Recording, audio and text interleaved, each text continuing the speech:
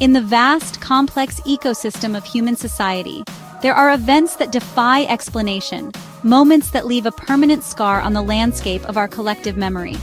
These are the cold cases, crimes, disappearances, and riddles that have resisted the relentless passage of time, remaining unsolved for years, sometimes for decades.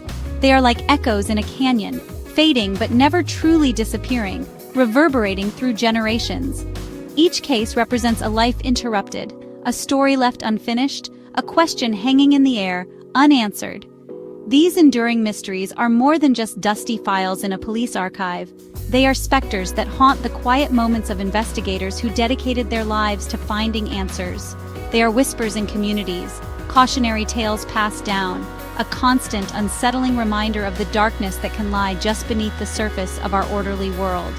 The pursuit of truth in these cases is a testament to our innate need for closure, for justice, and for understanding in the face of the inexplicable.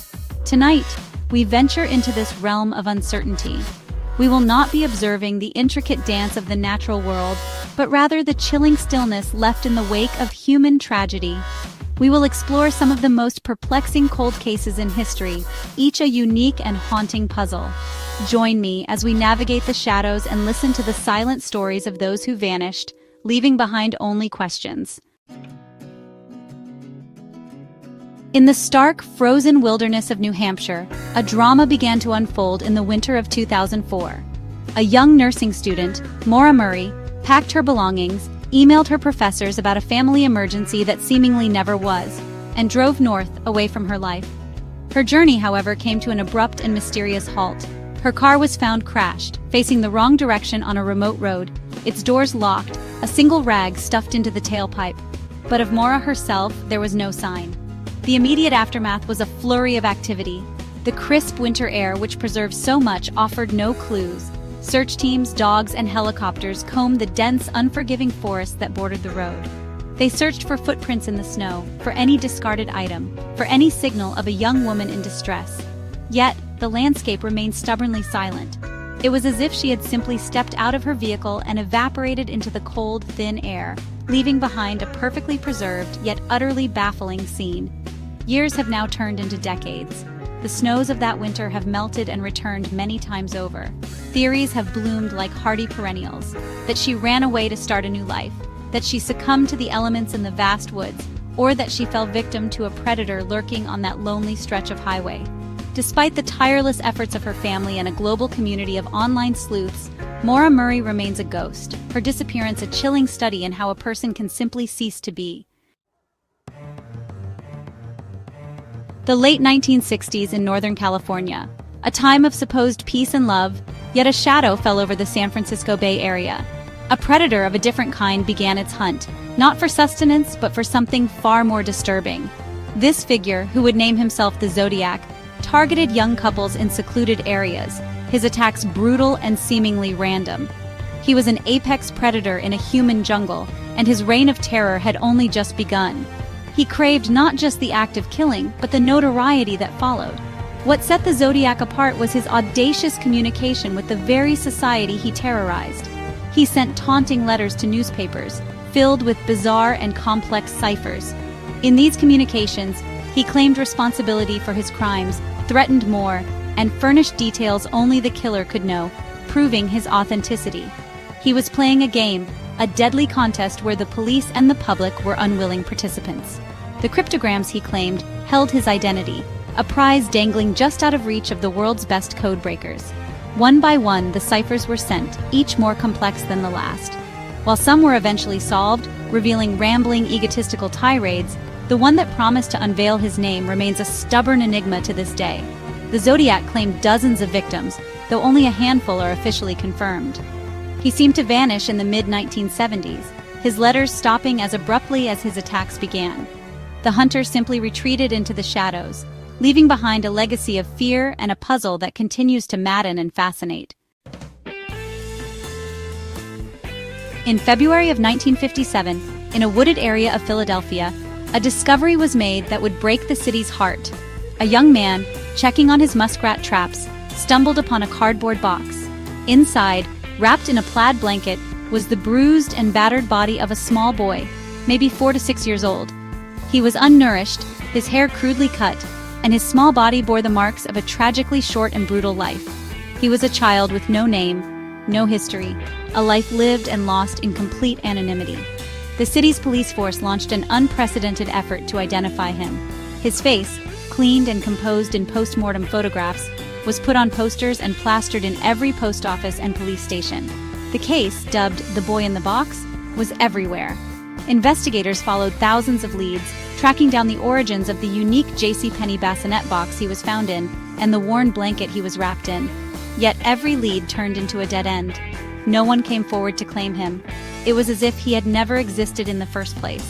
For over 60 years, this small boy has lain in a grave marked America's unknown child. Generations of detectives have inherited the case, each hoping to be the one to finally give him back his name. Though DNA technology eventually, in 2022, provided a name, Joseph Augustus Zarelli, the central mystery remains. Who was responsible for the cruelty inflicted upon him? Who placed him in that box and abandoned him to the cold? Giving him a name was the first step, but the story of his life and his death is a chapter that is still waiting to be written. On the first day of summer, December 1948, the tide on Somerton Beach in Adelaide, Australia, washed up a mystery. Lying peacefully against the seawall as if asleep was the body of a man. He was impeccably dressed in a suit and tie, his shoes polished, with no signs of violence. In his pockets were a train ticket, a bus ticket, chewing gum, and cigarettes. But no wallet, no money, and most importantly, no identification. He was a complete unknown, a man without a past. The autopsy deepened the puzzle. The coroner suspected poisoning, maybe by a rare, untraceable substance, but couldn't be certain. The man was in peak physical condition, his calf muscles developed as if he were a dancer or an athlete. All the labels had been meticulously cut from his clothing, a deliberate effort to erase any trace of his identity or origin.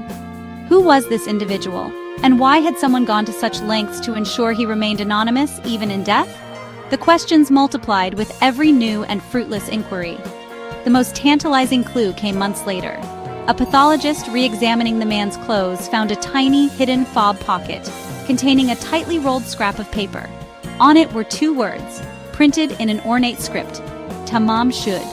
It was a phrase from a rare edition of the Rubaiyat of Omar Khayyam, meaning "it is ended or finished." The police eventually located the very book from which the scrap was torn, and inside, they found a cryptic code and a local phone number. But the code was never broken, and the owner of the number knew nothing. The Somerton man's story, it seems, was indeed finished, its meaning lost forever. Australia Day, 1966. A sweltering summer day at Glenelg Beach near Adelaide. The scene is one of idyllic family life, with crowds cooling off in the surf. Among them were the 3 Beaumont children, 9-year-old Jane, 7-year-old Arna, and 4-year-old Grant. They took a short bus ride from their home for a day of fun by the sea. They were seen playing, laughing, and buying snacks. Then, as the afternoon sun began to dip towards the horizon, they vanished. Witnesses later reported seeing the children in the company of a tall, blonde, thin-faced man. They appeared relaxed, comfortable, not at all like children in distress. One witness saw the eldest, Jane, buy a meat pie with a £1 note, money their parents had not given them. It was the last confirmed sighting. When they failed to return home for lunch, their mother grew anxious.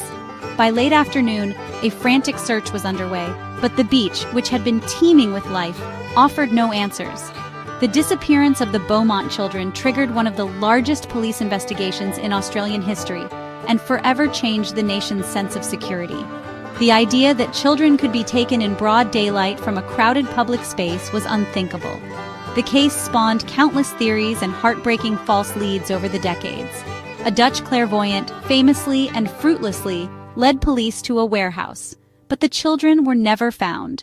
Their parents passed away never knowing what fate befell their young ones, a wound in the heart of a nation that has never fully healed. The tales we have recounted tonight are not mere stories. They are open wounds in the fabric of our history. Maura Murray, the Zodiac's victims, the Beaumont children, the Somerton man, and young Joseph Zarelli, their cases remain active, their files still open on some detective's desk. The passage of time has not diminished the need for justice, nor has it silenced the hope for answers. Somewhere, someone may hold the missing piece, the key that could unlock one of these decades-old secrets. These mysteries serve as a profound and humbling reminder of our own limitations in the face of chaos and cruelty. They demonstrate that despite all our technology, all our logic, and all our resolve, some things remain beyond our grasp. The search for truth is a fundamental human endeavor, and for these individuals, the search continues. It is carried on by dedicated officers, by loving family members who refuse to give up, and by a public that cannot forget. We are left in the quiet aftermath, with the chilling stillness of the unknown. The echoes of these events persist, a constant low hum beneath the noise of our daily lives. We encourage anyone who might possess even the smallest fragment of information to come forward. For until every lead is exhausted and every stone is turned, a single haunting question will always remain, hanging in the balance, waiting for an answer. Will these mysteries ever be solved?